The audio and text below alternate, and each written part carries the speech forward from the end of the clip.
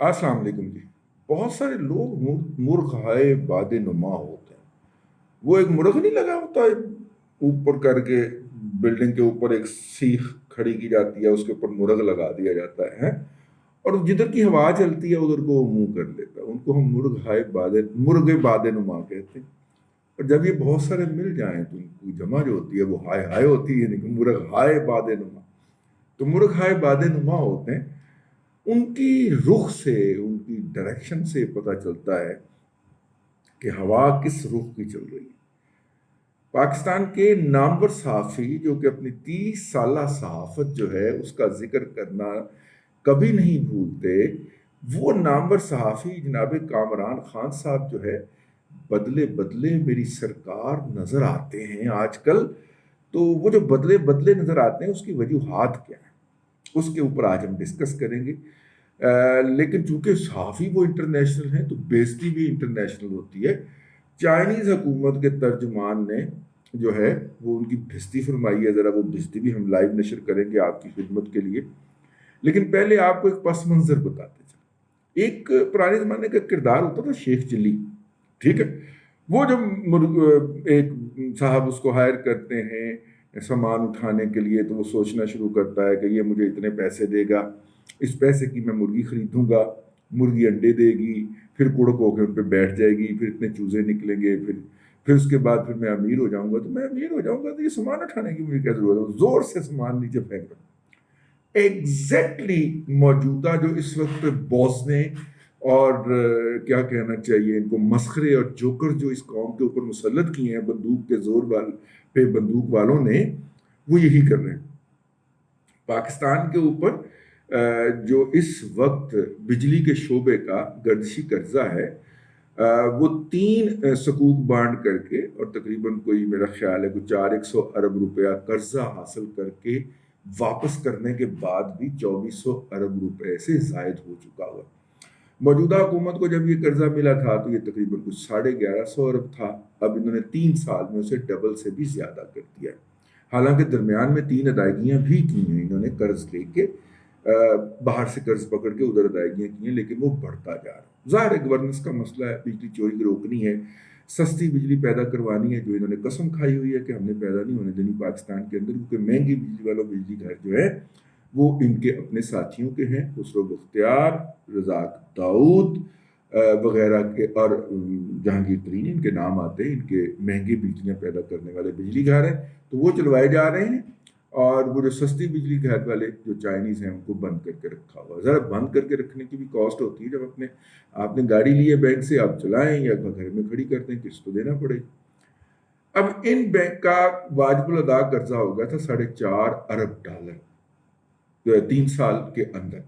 یہ ان کو آپ بند رکھیں، اصل زر بھی واپس کرنا ہے اور اس کے اوپر جو منافع آپ نے طے کیا ہوا ہے منافع وہ بھی واپس کرنا۔ تو 3 ارب ڈالر اصل زر تھا اور 1.5 ارب ڈالر جو تھا وہ اس کے اوپر منافع تھا جو ہم نے ان کو واپس کرنا تھا۔ ان 3 سالوں کے اندر 4.5 ارب ڈالر کی یہ ایک لائبلٹی یا ذمہ داری ان نالائق حکومت نے کھڑی کر دی تھی۔ اب اس کے اوپر ہم نے پھر شیخ چلی والا کہانی بہانا شروع کی۔ تابش گوہر صاحب جو بڑے بے آبرو ہو کے تیرے کوچے سے ہم نکلے، لیکن جو تیری بزم سے نکلا سو پریشان نکلا۔ یہاں سے کون عزت کے ساتھ گیا ہے، اور انشاءاللہ یہ بھی نہیں جائے گا عزت کے ساتھ، لیکن ان میں سے جو بھی لوگ گئے ہیں وہ کون عزت کے ساتھ گئے ہیں۔ اسد عمر ورگے مائیں کبھی کبھی جمتے ہیں جن کو ایک دفعہ جوتا مار کے نکالا جائے تو وہ پھر نام نہاد انٹل کچول بن کے واپس آ جاتے ہیں، لیکن کوئی نہیں گیا یہاں سے۔ تو تابش گوہر صاحب نے خواب دکھایا کہ جناب اگر یہ 3 ارب ڈالر جو ہیں جو کہ اصل زر کے ہم نے واپس کرتے ہیں، اس کی واپسی اگر مؤخر کر دی جائے اگلے 10 سال کے لیے، تو ہمیں 1.5 روپیہ فی یونٹ جو ہے وہ بچے گا اور وہ ہم کنزیومر کو ٹرانسفر کر دیں گے، یوں ہماری بلے بلے ہو جائے گی۔ یہ خواب اس نے دکھایا وزیر اعظم کو اور اس کے حوالے سے ایک سمری بنائی، اور جناب ہم خواب دیکھنے بیٹھ گئے کہ مرغی ہوں گی، بچے ہوں گے، اس کے چوزے ہوں گے، پھر وہ مرغیاں بنیں گی، پھر یہ خواب دیکھنے بیٹھ گئے۔ بنیادی طور پہ جب دو طرفہ معاہدہ ہوتا ہے اور سی پیک کے اندر جتنی انویسٹمنٹ ہے وہ پاکستان کی چائنیز کمپنیوں کے ساتھ معاہدہ، اور ایک سے زائد چائنیز کمپنیاں، تقریباً کہا جا رہا ہے 138 کمپنیاں ہیں جو پاکستان کے اندر مختلف منصوبوں پہ کام کرنے کا ارادہ رکھتی ہیں یا جو اپنے اسٹیک پھنسا چکی ہیں سی پیک کے اندر۔ سی پیک کا تو بیڑا غرق ہو گیا نا، خاک صاحب نے سب سے پہلے آواز لگائی تھی، لیکن اب تو سب کے سامنے کھل کے آ گیا۔ تو اس پہ وہ جو لگاتی ہیں نا جی اپنا، اللہ آپ کا بھلا کرے، وہ دو طرفہ معاہدے ہوتے ہیں۔ چائنیز حکومت اس کے اوپر اپنی کمپنیوں کو گارنٹی دیتی ہے کہ یہ آپ کے پیسے واپس آئیں گے، ہم گارنٹی دیتے ہیں، اور اگر پیسے آپ کے واپس نہ آئے تو ہم دیں گے، ٹھیک ہے۔ اس گارنٹی کے تحت چائنیز کمپنیاں یہاں پہ آ کے کام کرتی ہیں، وہ اپنے بینک ساتھ لاتی ہیں، وہ بینک سرمایہ لگاتے ہیں، اور یوں یہاں پہ 25 ارب ڈالر کی اب تک سرمایہ کاری ہو چکی ہے، ٹھیک ہو گیا۔ اب اس کی واپسی کا مسئلہ تھا تو تابش گوہر صاحب یہ خواب بیچنے نکل پڑے۔ تابش گوہر صاحب کی اپنی پھٹی لی ہوئی اور انہوں نے ٹیک آؤٹ کر کے ان کو باہر نکال دیا۔ تابش گوہر صاحب کے باہر نکلنے سے اس پروجیکٹ کا یا اس پرپوزل کا کوئی والی وارث نہیں بنا جو اس کو پلیٹ کرے، ٹھیک، جو ان کے سامنے پیش کرے۔ تو لہٰذا وہ پروجیکٹ وہ جو پرپوزل ہے وہ ڈراپ ہو گئی ہے۔ تازہ ترین اطلاع ہے کہ یہ پروجیکٹ یہ پرپوزل ہم نے سرے سے ڈراپ کر دی۔ کیوں کرنا پڑی ہم؟ بنیادی طور پہ اس طرح کا جو خواب دیکھتے ہیں تو آپ دوسری طرف جو بیٹھنا ہوتا ہے جن لوگوں نے، ان سے پوچھتے ہیں کہ پین وہ اگر ہم میٹنگ کے اندر آفیشیلی یہ بات لے کے آئیں تو آپ ہماری بات مان لیں گے؟ اللہ کا نام جو بڑے بھائی نہیں ہوتے، تسی منت اللہ کرتے ہیں۔ تو کسی نہ کسی لیول کے اوپر آ کے کسی نہ کسی نقطے پہ اتفاق ہو جاتا ہے۔ ہم وہ جس نقطے پہ اتفاق ہوتا ہے اس کے مطابق ایک پرپوزل بناتے ہیں، اور وہ پرپوزل جو فارمل میٹنگ ہوتی ہے، جو باقاعدہ اجلاس ہوتا ہے، اس میں ٹیبل کر دیتے ہیں، لیکن اس سے پہلے گراؤنڈ ورک کیا جاتا ہے۔ چونکہ یہ چوزن ون ہے اور ان سے بڑا عقل مند ماں نے آج تک پیدا نہیں کیا، بقول ان کے ان کو یہ غلط فہمی ہے، تو وہ اپنے گھر میں ہی بیٹھ کے نا کہ میری بادشاہ کی بیٹی سے شادی کی طے ہو گئی ہے، 50% معاملہ طے ہو گیا، میں تو راضی ہوں، اب دیکھتے ہیں کہ وہ شہزادی جو ہے وہ راضی ہوتی ہے کہ نہیں، ٹھیک ہے۔ وہ اپنے گھر میں بیٹھ کے 50% شادی کیے بیٹھا تھا۔ تو جب اس اجلاس کا، جو کہ سی پیک کا اجلاس میرے خیال اگلے مہینے کے پہلے ہفتے میں ہونا ہے، اکتوبر کے پہلے ہفتے میں ہونا ہے، اس کے اجلاس کے لیے ایجنڈا سیٹنگ ہونے لگا۔ دونوں پارٹیاں پوچھتی ہیں ایگزام پر کس ایجنڈے کے اوپر بات کرنی ہے، تو ایجنڈا سیٹنگ ہونے لگی تو چائنیز نے یہ والی پرپوزل اٹھا کے تو رکھ دی سائڈ پہ۔ انہوں نے کہا کہ یہ تو کمرشل کمپنیاں ہیں، ان کے تو پیسے لگے ہوئے ہیں، اور انہوں نے آپ سے پیسے لے کے تو آگے اپنے شیئر ہولڈر کو دینے ہیں، یہ نئے منصوبوں میں لگانے ہیں، تو یہ تو نہیں ہو سکتا۔ تو وہ آج کی تازہ ترین خبر ہے کہ وہ اس ایجنڈے سے سائڈ پہ کر دیا گیا، اور سائڈ پہ ہو گیا تو وہ 1.5 روپے فی یونٹ جو بجلی کی قیمتوں میں کبھی کا خواب دکھایا تھا تابش گوہر نے، وہ خواب بھی چکنا چور ہو، ٹھیک۔ اب جب تابش گوہر اور اس کو لانے والے اور اس کو لانے والے جب اس کے لیے پلاننگ کر رہے تھے تو کسی کی ڈیوٹی بھی لگ گئی، اور ڈیوٹی آپ کو پتا ہے سب پاکستان کے سب سے بڑے صحافی، اینکر اور 30 سالہ صحافت کے جو حامل شخص ہے اسی کی لگنی تھی، جس کا نام ہے کامران خان۔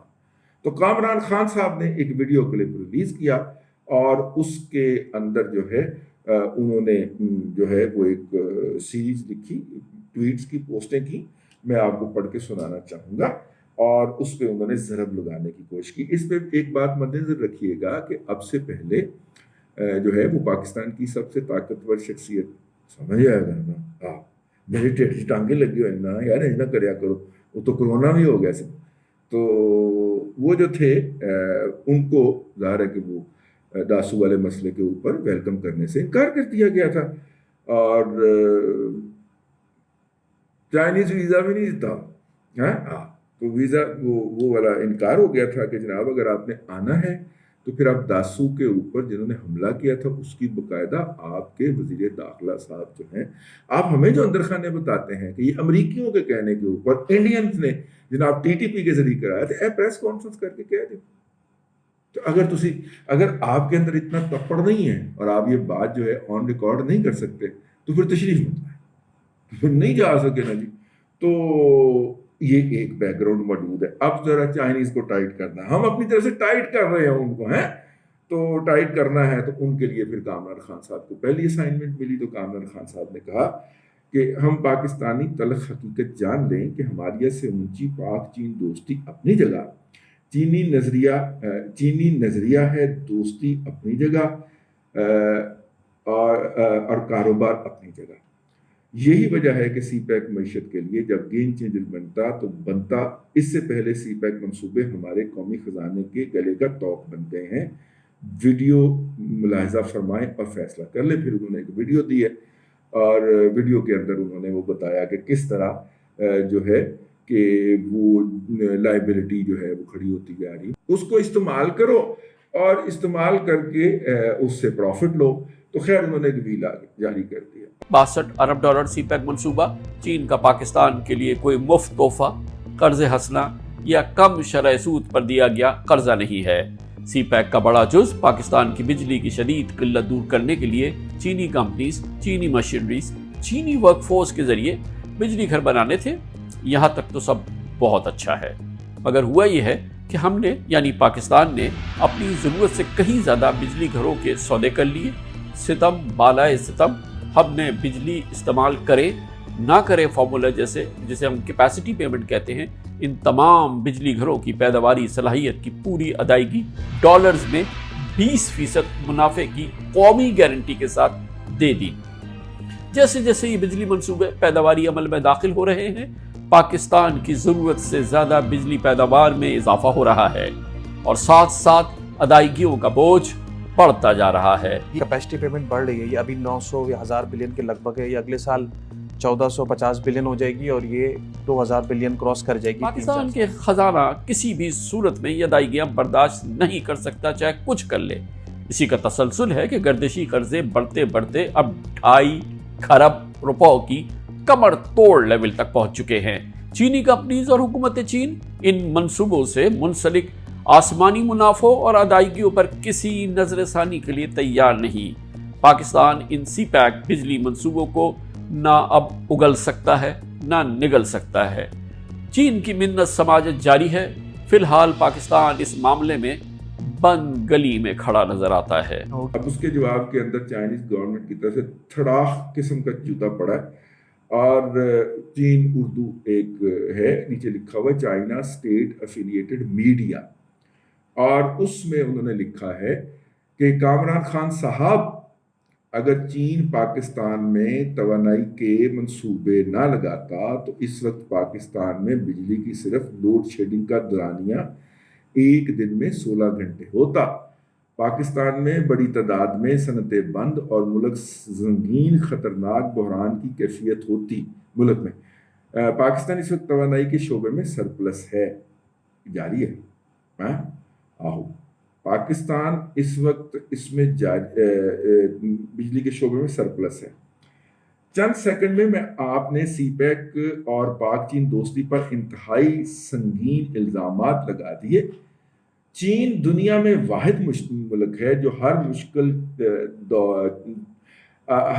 اور ہر چیلنج میں نہ صرف پاکستان کے شانہ بشانہ کھڑا ہوا ہے بلکہ پاکستان کی اقوام متحدہ سمیت تمام عالمی فورم پر ممکن تعاون اور مدد کرتا رہا ہے. سی پیک توانائی کے منصوبوں سے اب آگے نکل چکا ہے. اب پاکستان میں صنعتیں لگ رہی ہیں، صنعتی زون بن رہے ہیں، گوادر ایئرپورٹ، ML1 ریلوے اور ایسے منصوبے شروع ہو رہے ہیں جو پاکستان کی تقدیر بدل دیں گے. اور اس وقت ایسی تنقید پاکستان کے مفاد میں ہرگز نہیں. اس سے بڑا تھپڑ کامران خان کو اور کامران خان کے آپریٹرز کو نہیں ہو سکتا. اور یہ جو ویب سائٹ یہ جو ہے چین اردو، چائنا اردو کے نام سے، چائنا اردو _ کے نام سے ہے، لیکن نیچے انہوں نے خاص طور پہ لکھا ہے چائنا اسٹیٹ افیلیٹڈ میڈیا. یہ انہوں نے خاص طور پہ لکھا ہے. ایک دو اور بھی اس کی چیزیں ہیں لیکن میں نے آپ سے کرکس بیان کر دیا. بستی ہو رہی ہے کریا بکریا خو بخو ہے، میں تیری تلاش میں کریا بکریا کو بکو، تو کو بکو پھیل گئی بات شناسائی کی، اس نے جوڑوں کی طرح میری پذیرائی کی. مطلب کہ ہاں یہ کو بکو جی بستی ہو رہی ہے ان کی بھی اور ان کے آپریٹ کیے ہوئے آگے لوگوں کی بھی. وہ کب سمجھیں گے یہ بات تو مجھے نہیں پتا، لیکن جو کچھ ہوا ہے کافی زیادہ ہوا ہے. بس اسی کو ذرا یہ ختم کر دیں. ہاں بس یہی پوائنٹس تھے جو میں نے کہا کہ آپ کی خدمت میں پیش کیے جائیں. اللہ تبارک و تعالیٰ آپ کو آسانیاں عطا کرے اور آسانیاں خلق خدا میں تقسیم کرنے کی توفیق عطا کرے.